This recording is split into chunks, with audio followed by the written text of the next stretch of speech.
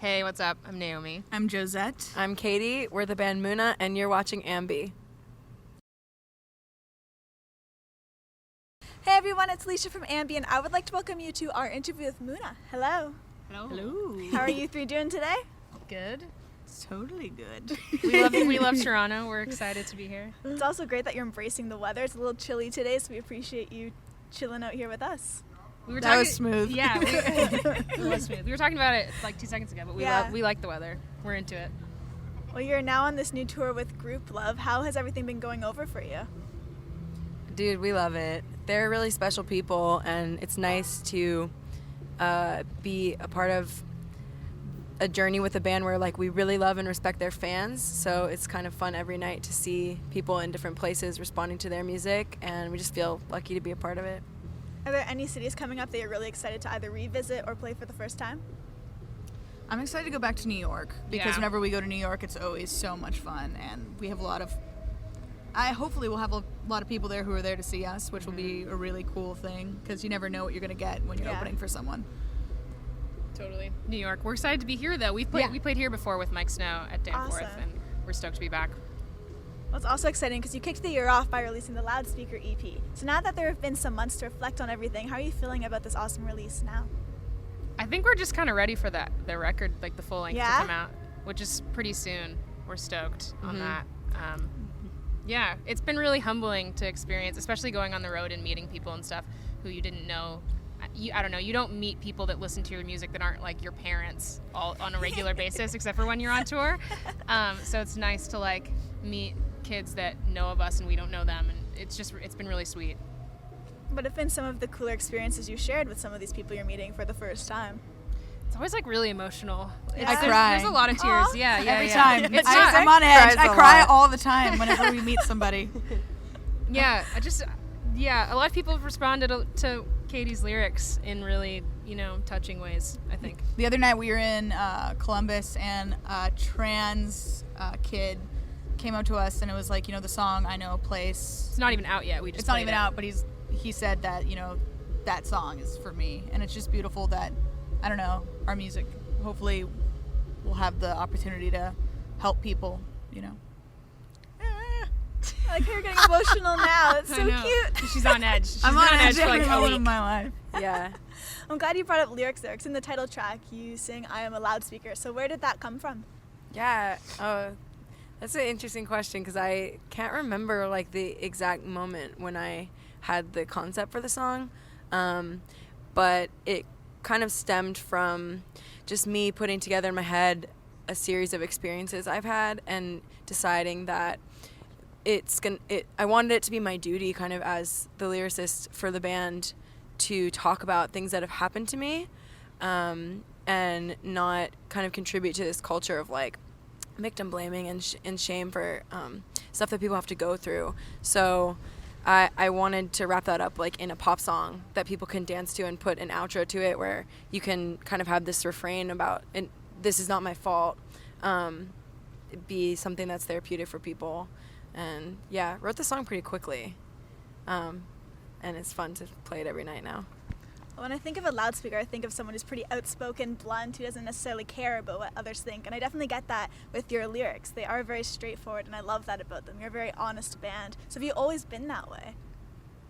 I think we've sort of always had that tendency of just like not necessarily caring too much about what other people think, but it gets amplified when we're together.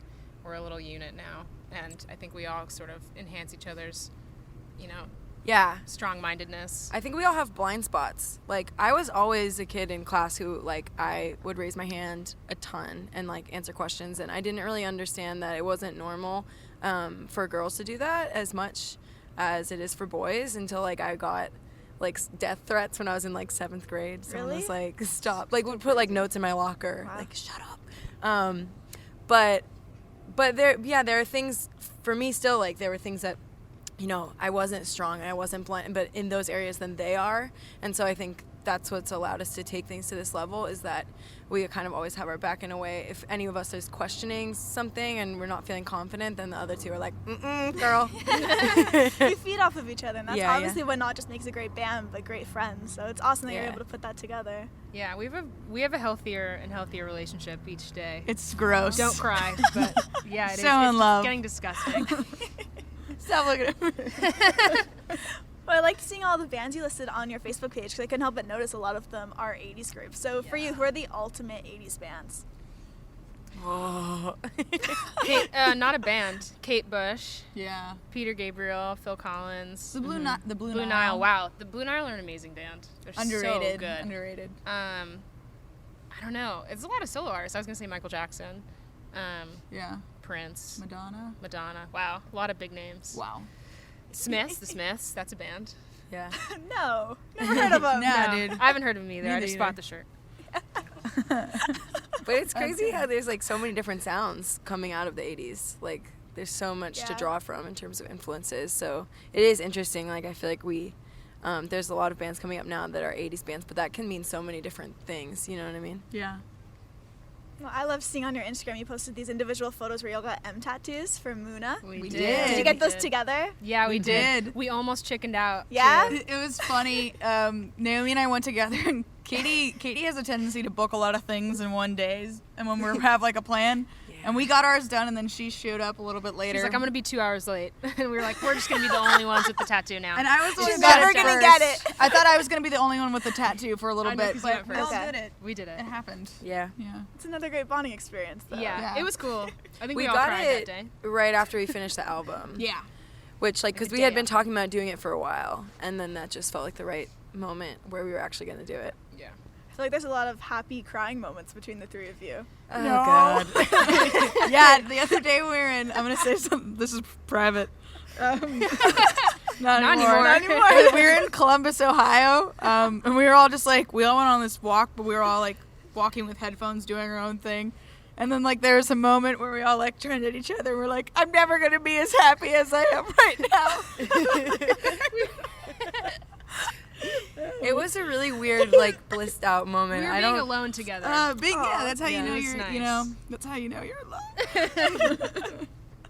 I came across a couple of tweets I really liked you sent out, and I just love to know the story behind them or what Oh, you were sweet. thinking. All right, so the first one I have is, I feel so connected to dumpsters right now. That's what Josette said. Why did I say that? I don't know. It's because of the general, like, feeling you get on tour of just like, Trash I'm dirty, monster. dirty, dirty. I'm Yeah, never going to you're- be clean. And like, I don't know, dude. when you're in a van and you're like surrounded by the Trash remnants of like monsters. stuff that you've eaten for weeks at a time. Dirty clothes everywhere. Dirty Yeah. clothes. Everything you wear is dirty. Yeah, and we like also like we're just like too close. It's just Just Dirty. sweaty, gross. Sweaty, And gross. she said she's felt connected to dumpsters. Yeah. thought that I was don't funny, know so when I said tweeted it, but that. it's accurate. It's I just still funny. do. I still do.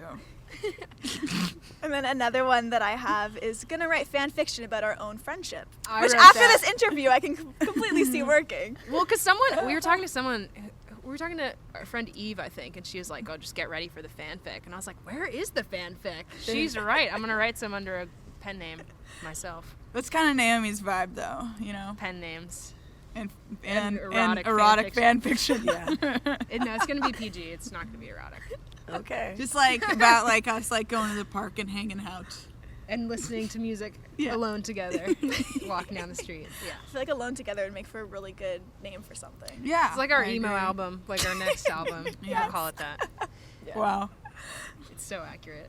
And the last one I have is Harry Potter and the Sorcerer's Stone is confirmed the best film of all time. Okay, this Was is that- really Who important. wrote that? This is really important. Our No, lives. We We kind can of all collectively agree. wrote that. Okay. We've been you talk, not me. I shouldn't talk about Harry. Katie's literally, as we speak, like finishing the last Harry Potter book. Yeah. Right now.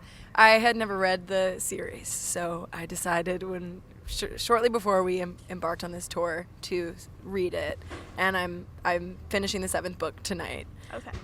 But it's just been a really big part of my life for the past few weeks, and That was it's like given me a 14 lot to years think for about. me. We've been Yeah. watching them. And too. whenever we have like a free night, we haven't partied like at all on this tour, but if we have a free night, we'll get in bed early and we'll watch Harry Potter.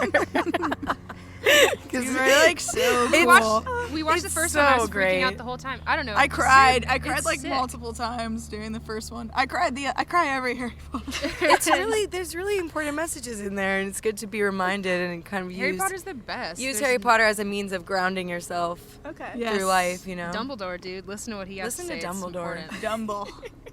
Important news from Mood. I like the advice. Watch Harry Potter. That's Yeah. all. Let's wrap everything up. I'm wondering if you have any other parting words for all of your fans who will be viewing the interview. Please watch Harry Potter and the Sorcerer's Stone. No, I can't wait to see you guys. Can't wait to meet you. And watch Harry Potter Together. with you. I'm like looking in the blinding light. No, our album's coming out early 2017. Yeah. That's all I'll say. Yeah, and we'll be hopefully. Never mind. I think you're gonna say hope that we're back here soon. Yeah. Okay. Yeah. Yeah. Awesome. Thanks for we having hope you us. are too. Thank you so much for joining me today. Thank you. you. It is my pleasure. Sorry. And remember, to everybody viewing, you can visit us at musicblogger.com for all exclusive interviews, features, videos, and so much more with your favorite bands. We'll see you next time. Yay.